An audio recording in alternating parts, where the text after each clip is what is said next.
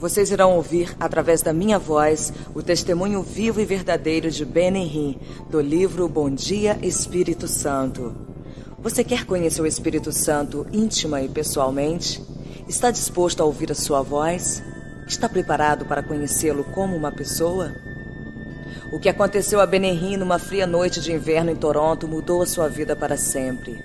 O Espírito Santo entrou em sua vida de uma forma tão dramática que ele nunca mais seria o mesmo. Em Bom Dia, Espírito Santo, Hinn apresenta descobertas e verdades que Deus lhe tem ensinado através dos anos. Você irá adquirir um conhecimento mais profundo da divindade e como os membros da Trindade interatuam entre si e conosco. Você também vai descobrir como reconhecer a voz do Espírito. 7 passos para uma vida de oração mais efetiva. A fonte e o propósito da unção divina. Ficar livre do temor do pecado imperdoável. O plano mestre de Deus para você. Hinn diz: meu amigo, se você está disposto a começar um relacionamento pessoal com o Espírito Santo que exceda qualquer coisa que você jamais sonhou, leia este livro, Bom Dia, Espírito Santo. Capítulo 1. Será que posso conhecê-lo de verdade? Faltavam 3 dias para o Natal de 1973. O sol começava a nascer naquela manhã fria e nevoenta de Toronto. De repente, ele chegou. O Espírito Santo entrou em meu quarto. Sua presença era tão real para mim naquela manhã quanto o livro que você tem agora nas mãos. Nas 8 horas que se seguiram, eu tive uma experiência incrível com o Espírito Santo. Ela mudou o curso de minha vida. Lágrimas de assombro e alegria escorreram pelo meu rosto quando abri as Escrituras e ele foi dando as respostas às minhas perguntas. Meu quarto parecia ter subido para o hemisfério dos céus e eu queria ficar ali para sempre. Tinha acabado de fazer 21 anos e essa visita foi o melhor presente de aniversário ou de Natal que já havia recebido. Meus pais se achavam bem perto, no fim do corredor. Eles jamais poderiam compreender o que estava acontecendo com seu Benny. De fato, se soubessem o que ocorria comigo, essa seria a gota d'água que faltava para acabar definitivamente com o que restava da harmonia em nossa família. Durante quase 2 anos, desde o dia em que entreguei a minha vida a Jesus, não houve mais praticamente comunicação entre eu e meus pais. Uma situação medonha. Como filho imigrante israelita, eu havia humilhado a família ao quebrar a tradição. Coisa alguma em minha vida tivera um efeito tão devastador assim. Em meu quarto, porém, tudo era alegria pura, algo indizível, cheio de glória. Se alguém me dissesse apenas 48 horas antes do que me esperava, eu sem dúvida responderia: isso está fora de cogitação. Mas desde o momento em que o Espírito Santo se tornou vivo em minha vida, ele deixou de ser apenas uma terceira pessoa, distante da Trindade. Era agora real, tinha uma personalidade. Eu quero então compartilhá-lo neste momento com você. Meu amigo, se você está preparado para começar uma relação pessoal com o Espírito Santo, o que vai superar tudo, o que jamais sonhou, continue lendo. Caso contrário, recomendo que feche este livro para sempre. É isso mesmo, feche o livro, porque o que pretendo dizer-lhe irá transformar a sua vida espiritual. De repente vai acontecer com você. Pode ser enquanto esteja lendo, talvez ao orar, ou quando estiver a caminho do trabalho. O Espírito Santo irá responder ao seu convite. Ele vai tornar-se o seu amigo mais íntimo, o seu guia, seu consolador, seu companheiro de vida.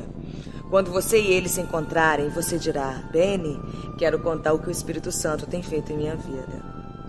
Revelado o poder de Deus. Uma noite curta em Pittsburgh. Meu amigo Jim me pediu para acompanhá-lo numa viagem de ônibus fretado até a cidade de Pittsburgh, na Pensilvânia. Conhecera Jim um ministro da Igreja Metodista Livre na congregação em que eu frequentava. O grupo se dirigia para uma reunião de uma evangelista que fazia curas, Kathleen Kuhlman. Para ser sincero, eu sabia bem pouco sobre o ministério da senhorita. Tinha assistido a uma entrevista que dera na televisão e ficara desiludido. Achei que falava de um modo engraçado e parecia meio estranha. Não esperava, portanto, muito dela. Mas Jim era meu amigo e não queria decepcioná-lo. No ônibus, eu disse: Jim, você não sabe como foi difícil convencer meus pais a me deixar fazer essa viagem. Depois da minha conversão, meus pais fizeram todo o possível para me impedir de comparecer à igreja. E agora, ao falar da ida a Pittsburgh, eles acharam um absurdo, mas finalmente me deram sua permissão relutantes. Partimos de Toronto na metade da manhã de quinta-feira. O percurso, que deveria durar 7 horas, foi prolongado por causa de uma tempestade de neve. Só chegamos ao hotel cerca de 1h da madrugada. Jim então me disse: Benny, temos de levantar às 5 horas. 5 da manhã? Eu perguntei. Mas por quê? Ele respondeu que teríamos de estar na porta do prédio da reunião às 6 horas para conseguir entrar. Eu não podia crer em meus ouvidos, que jamais ouviu falar de ficar exposto ao ar gelado antes do sol nascer, para ir à igreja. Jim afirmou, porém, que era exatamente isso que precisávamos fazer. O frio cortava a pele. Levantei mais 5 e coloquei todos os agasalhos que pude encontrar, botas, luvas, tudo, enfim. Eu parecia um esquimó. Chegamos à primeira igreja presbiteriana no centro de Pittsburgh, enquanto ainda estava escuro. Mas o que me chocou foi verificar que centenas de pessoas haviam chegado antes de nós, e as portas só se abririam dentro de 2 horas. O fato de ser pequeno tinha suas vantagens. Eu comecei a me esgueirar entre as pessoas, chegando cada vez mais perto das portas e arrastando Jim comigo. Havia até pessoas dormindo nos degraus da frente. Uma mulher me disse: eles passaram a noite aqui. Todas as semanas é a mesma coisa. Enquanto permanecia ali esperando, comecei de repente a sentir uma vibração como se alguém estivesse agarrando meu corpo e começasse a sacudi-lo. Pensei por um momento que o ar frio me tivesse feito mal, mas estava vestido com roupas quentes e certamente não sentia muito frio. Um tremor incontrolável, não obstante, tomou conta de mim. Nada parecido acontecera comigo antes, e não parou. Eu fiquei envergonhado demais para contar ao Jim, mas podia sentir meus ossos chocalhando. Sentia meus joelhos e minha boca tremerem. O que está acontecendo comigo? Pensei. Será o poder de Deus? Eu não conseguia entender. Correndo pela igreja. A essa altura as portas iam ser abertas e a multidão começou a empurrar de tal forma que eu mal podia mover-me. Mas a vibração em meu corpo mesmo assim não cessou. Jim disse: Benny, quando as portas abrirem, corra o mais depressa possível. Por quê? Perguntei. Se não fizer isso, eles vão esmagá-lo. Ele já estivera ali antes e sabia o que esperar. Eu jamais tivera ideia de participar de uma corrida para entrar numa igreja, mas era o que estava acontecendo. Quando abriram as portas, eu parti como um atleta olímpico. Passei na frente de todo mundo, velhos, jovens, todos eles. De fato, cheguei à primeira fila e tratei de sentar-me. Um recepcionista me informou que a primeira fila estava reservada. Soube mais tarde que a equipe da senhorita Kilman escolhia as pessoas para sentar nessa fileira especial. Ela era tão sensível ao espírito que só queria o apoio em oração de pessoas positivas que ficassem à sua frente. Por ser bastante gago, eu sabia que era inútil tentar discutir com o recepcionista. A segunda fila já estava lotada, mas Jim e eu encontramos um lugar na terceira. O culto só começaria dali a 1 hora. Tirei o casaco, as luvas e as botas. Enquanto relaxava, percebi que tremia mais que antes. Não conseguia parar. As vibrações percorriam meus braços e pernas, como se estivesse ligado a uma espécie de máquina. A experiência era nova para mim. Para ser sincero, sentia medo. Enquanto o órgão tocava, eu não conseguia pensar em outra coisa além de tremor em meu corpo. Não era uma sensação de doença. Não era como se estivesse pegando um resfriado ou uma virose. Na verdade, quanto mais continuava, tanto mais bela parecia. Era uma sensação invulgar, que não tinha nada de material. Nesse momento, como se saísse do nada, Kathleen Kilman apareceu. Num instante, a atmosfera naquele prédio ficou carregada. Eu não sabia o que esperar. Não senti nada ao meu redor, nenhuma voz, nenhum coral de seres angelicais, nada. Tudo o que sabia é que estivera tremendo durante 3 horas. Depois disso, quando começaram a cantar, fiz algo que jamais esperei fazer. Fiquei de pé. Minhas mãos se levantaram e as lágrimas escorreram pelo meu rosto enquanto cantávamos. Quão grande és tu! Era como se eu estivesse explodindo. Nunca antes as lágrimas haviam fluído de meus olhos tão rapidamente. Falo de êxtase. Que sensação gloriosa! Eu não cantava como normalmente costumava fazer na igreja. Cantava com todo o meu ser. E quando cheguei às palavras, então minha alma, canta-te, Senhor, eu me coloquei literalmente a cantar com a alma. O espírito desse hino me envolveu de tal forma que levei alguns minutos para perceber que não tremia mais. Mas a atmosfera do culto continuou. Pensei que havia sido totalmente arrebatado. Adorava de um modo que jamais fizera antes. Era como se me encontrasse face a face com a verdade pura e espiritual. Quer alguém mais sentisse isso ou não, era o que eu sentia. Deus já tocara a minha vida em minha pouca experiência cristã, mas nunca como Ele estava tocando nesse dia. Como uma onda. Enquanto ficava ali, continuando a orar, o Senhor abriu os olhos para olhar ao redor porque senti subitamente uma corrente de ar. Não sabia de onde ela vinha, era leve e lenta como uma brisa. Olhei para os vitrais, mas estavam todos fechados e eram altos demais para permitir a corrente. A brisa estranha que senti era, porém, mais como uma onda. Eu a sentia descer por um braço e subir por outro. Na verdade, tive a sensação de que ela se movimentava. O que estava acontecendo? Teria coragem para contar a alguém o que ocorria? Todos pensariam que tinham perdido o juízo. Por um período de 10 minutos, mais ou menos, as ondas de vento continuaram a correr sobre mim. Depois senti como se alguém envolvesse o meu corpo no cobertor, um cobertor quente. Kathleen começou a ministrar ao povo, mas eu estava tão perdido no espírito que isso realmente não importava. O Senhor se achava mais próximo de mim do que nunca antes. Senti que devia falar com o Senhor, mas tudo o que pude murmurar foi: Jesus querido, tenha misericórdia de mim. Repeti: Jesus, por favor, tenha misericórdia de mim. Eu me considerava tão indigno. Ao meu ver, estava na mesma condição de Isaías ao entrar na presença do Senhor. Ai de mim, estou perdido, porque sou homem de lábios impuros, habito no meio de um povo de impuros lábios. Os meus olhos viram o Rei, o Senhor dos Exércitos. Isaías 6:5. A mesma coisa aconteceu quando as pessoas viram a Cristo. Elas imediatamente sentiram sua imundícia, sua necessidade de purificação. Foi isso que aconteceu comigo. Era como se um refletor gigante estivesse focalizado em mim. Tudo que podia ver eram as minhas fraquezas, meus defeitos e meus pecados. Repeti muitas vezes: Jesus amado, tenha misericórdia de mim. Ouvi então uma voz que sabia ser do Senhor. Era muito gentil, mas inconfundível. Ele me disse: minha misericórdia é abundante sobre você.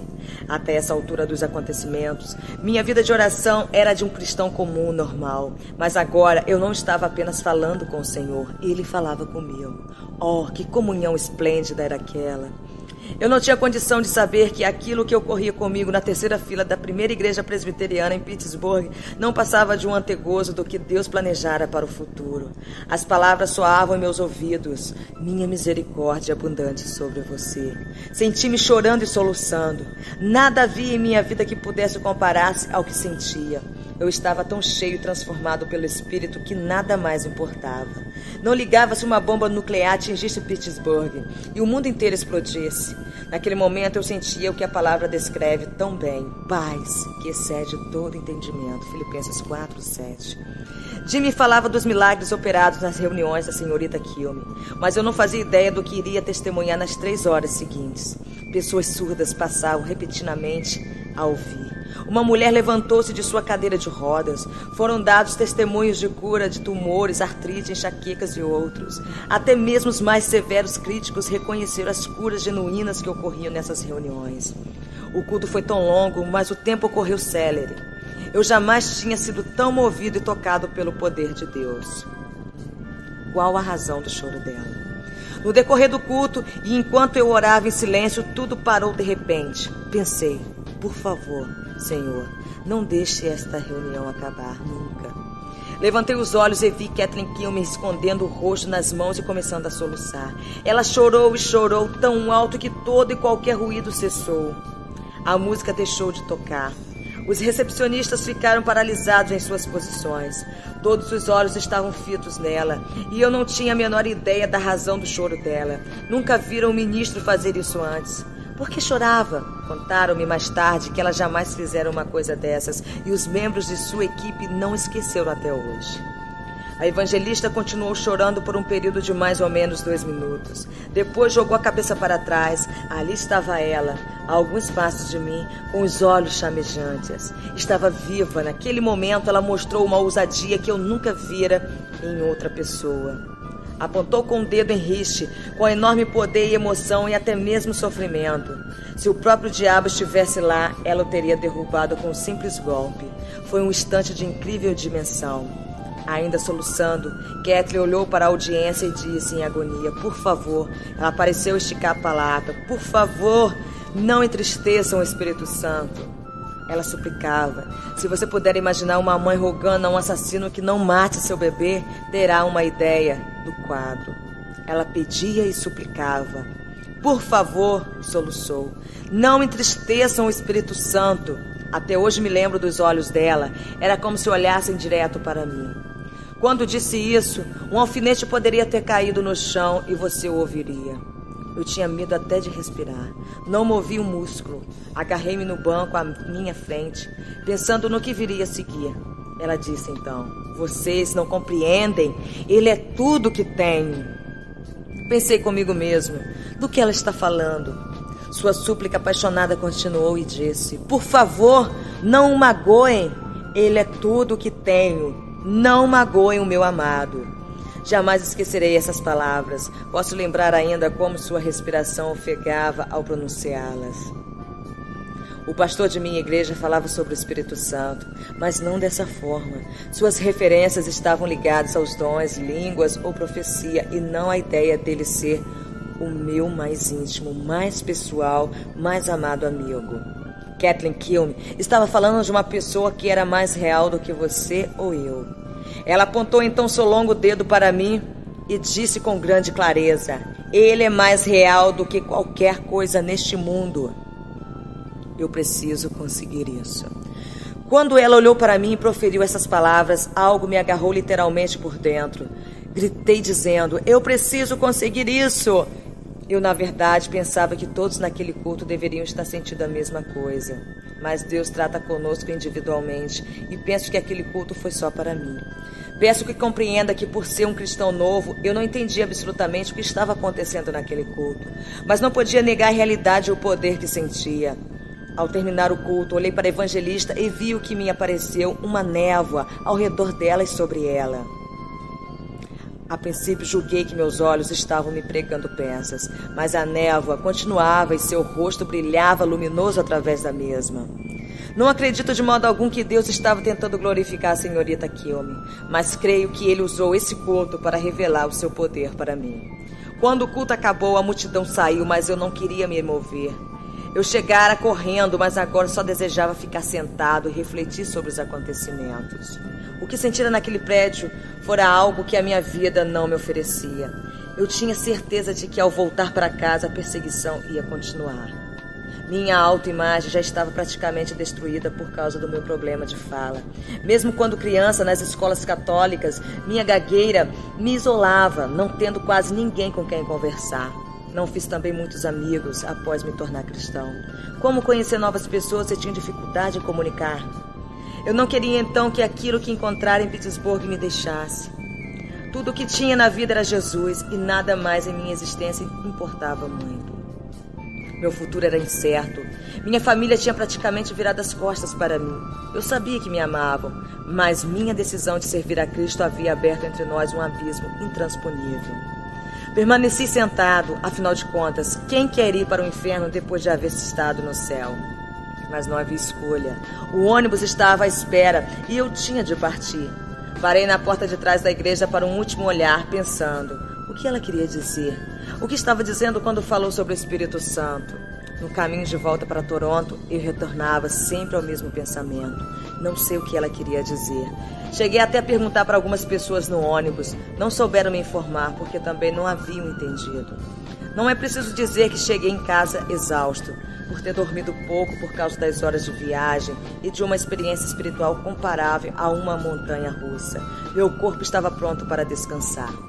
Não consegui, porém, conciliar o sono. Meu corpo estava moído até os ossos, mas meu espírito continuava vibrando como se houvesse uma série de vulcões explodindo dentro de mim ininterruptamente. Conhecendo a presença de Deus, quem está me puxando? Deitado em minha cama, eu senti como se alguém estivesse me puxando para fora do colchão e me fazendo ajoelhar. Era uma sensação estranha, mas eu a sentia com tanta força que não podia resistir. Ali estava eu, na escuridão do quarto, de joelhos. Deus ainda não acabara de lidar comigo e eu respondi a sua orientação. Eu sabia o que queria dizer, mas não sabia como fazer a minha petição. Eu queria aquilo que a evangelista de Pittsburgh tinha. Pensei que era o que Kathleen Kilme tem. Eu queria isso com cada átomo e fibra em mim. Estava faminto por aquilo de que ela falara. embora não tivesse uma compreensão clara do que era. É verdade, eu sabia o que queria dizer, mas não sabia como dizê-lo. Decidi então pedir da única maneira que sabia, em minhas próprias palavras, com toda a simplicidade. Eu queria me dirigir ao Espírito Santo, embora jamais tivesse feito isso antes. Pensei, será que estou fazendo certo? Afinal de contas, eu nunca tinha falado com o Espírito Santo. Nunca julgara que fosse uma pessoa a qual pudesse me dirigir. Não sabia como começar a oração, mas sabia o que sentia por dentro. Tudo o que eu queria era conhecê-lo da maneira como ela o conhecia. Foi assim que orei. Espírito Santo, Kathleen Kiel me disse que tu és amigo dela. Continuei lentamente. Acho que não te conheço. Eu pensava antes que te conhecia, mas depois dessa reunião compreendo que estava errado. Acho que não te conheço mesmo. A seguir, como uma criança com as mãos levantadas, perguntei: posso conhecer-te? Posso realmente conhecer-te? Fiquei imaginando, estou falando direito? Será que posso falar desse modo com o Espírito Santo? Depois pensei, se for sincero, Deus irá me mostrar se estou certo ou errado. Se Kathleen Kiel me estava enganada, eu queria saber. Depois que falei com o Espírito Santo, nada pareceu acontecer. Comecei a questionar-me. Haverá realmente essa experiência de um encontro com o Espírito Santo? Isso pode ocorrer de verdade? Meus olhos estavam fechados. Em seguida, como sob a ação de um choque elétrico, meu corpo começou a vibrar, exatamente como acontecera nas 2 horas em que esperei para entrar na igreja. Era o mesmo tremor que senti por mais de 1 hora lá dentro. Ele voltara e eu pensei, está acontecendo de novo. Mas dessa vez não havia gente em volta, nem roupas pesadas. Eu estava de pijama em meu quarto aquecido, vibrando dos pés à cabeça. Tive medo de abrir os olhos. Parecia que tudo o que acontecera naquela reunião tinha se combinado naquele momento único. Eu estava tremendo, mas senti de novo o cobertor quente do poder de Deus me envolvendo inteirinho. Senti como se tivesse sido transportado para o céu. É claro que não foi, mas acredito sinceramente que o céu não possa ser melhor do que aquilo. De fato, pensei, se abrir os olhos vou estar em Pittsburgh ou dentro dos portões de Pérolas. Abri os olhos depois de algum tempo e, para minha surpresa, continuava no meu velho quarto. O mesmo chão, o mesmo pijama. Embora ainda vibrasse com o poder do Espírito de Deus. Quando finalmente consegui dormir naquela noite, ainda não tinha noção do que se iniciava em minha vida. Minhas primeiras palavras. Bem cedo na manhã seguinte eu estava completamente desperto e não podia esperar mais para falar com meu amigo recém-encontrado. Estas foram as primeiras palavras que me saíram da boca. Bom dia, Espírito Santo. No momento em que as pronunciei, a atmosfera gloriosa voltou ao meu quarto. Dessa vez, porém, eu não estava vibrando nem tremendo. Tudo o que senti foi o envolvimento da sua presença. No instante em que disse bom dia, Espírito Santo, soube que ele estava presente comigo no quarto. Eu não só fui cheio do Espírito naquela manhã, mas também recebi da sua plenitude cada vez que passei tempo em oração. Estou me referindo a algo além do falar em línguas. Eu falava em linguagem celestial, mas era muito mais que isso. O Espírito Santo se tornou real. Ele veio a ser meu amigo, meu companheiro, meu conselheiro. A primeira coisa que fiz naquela manhã foi abrir a Bíblia. Queria ter certeza. Quando abri a palavra, fiquei certo de que ele estava ali comigo, como se estivesse sentado junto a mim. Não vi seu rosto ou semblante, mas sabia que estava ali. E comecei a conhecer a sua personalidade. A partir daquele dia, a Bíblia passou a ter uma dimensão inteiramente nova. Eu dizia, Espírito Santo, mostre isso para mim na palavra. Eu queria saber por que ele tinha vindo e ele me levou a esta passagem. Ora, nós não temos recebido o Espírito do mundo, e sim o Espírito que vem de Deus, para que conheçamos o que por Deus nos foi dado gratuitamente. 1 Coríntios 2:12. Quando perguntei por que ele queria ser meu amigo, ele me guiou até as palavras de Paulo. A graça do Senhor Jesus Cristo e o amor de Deus e a comunhão do Espírito Santo sejam com todos vós. 2 Coríntios 13:13. A Bíblia ganhou vida. Eu jamais compreendera realmente o impacto desse trecho. Não por força nem por poder, mas pelo Espírito, diz o Senhor. Zacarias 4:6. Ele confirmou repetidamente na palavra que estava operando em minha vida. Por mais de 8 horas naquele primeiro dia, e depois, dia após dia, passei a conhecê-lo cada vez mais. Minha vida de oração começou a mudar. Agora, eu disse, Espírito Santo, desde que tu conheces tão bem o Pai, quer me ensinar a orar? E quando comecei a orar, cheguei ao ponto em que o Pai tornou-se de repente mais real do que nunca antes. Era como se alguém tivesse aberto uma porta e dito: ei-lo aqui. Meu mestre, meu guia. A certeza da paternidade de Deus veio a ficar cada vez mais clara. Isso não aconteceu com a leitura de um livro, nem seguido de uma fórmula A, B, C, mas pedindo para o Espírito Santo abrir a palavra para mim. E ele fez isso. Pois todos os que são guiados pelo Espírito de Deus são filhos de Deus. Porque não recebestes o espírito de escravidão para viverdes outra vez atemorizados, mas recebestes o espírito de adoção baseados no qual clamamos: Abba, Pai. Romanos 8, 14 e 15. Comecei a compreender tudo o que Jesus disse sobre o Espírito Santo. Ele era meu consolador, meu mestre e meu guia. Compreendi pela primeira vez o que Jesus queria dizer quando ordenou aos discípulos: siga-me. De outra feita, ele disse: não me sigam, porque vocês não podem ir aonde eu vou. E prosseguiu: mas o Espírito Santo guiará vocês. Qual a intenção de Jesus? Cristo estava dando a eles outro líder, outra pessoa a quem seguir. Minha pesquisa das Escrituras continuou dia após dia durante semanas, até que todas as minhas perguntas tivessem sido respondidas. No decorrer desse tempo, eu tinha passado a conhecer melhor o Espírito Santo, e essa comunhão não foi interrompida até hoje. Compreendi que ele estava bem aqui, junto de mim. Minha vida inteira se transformou. Acredito que isso acontecerá com a sua também. Quando me levantei hoje, eu repeti: bom dia, Espírito Santo.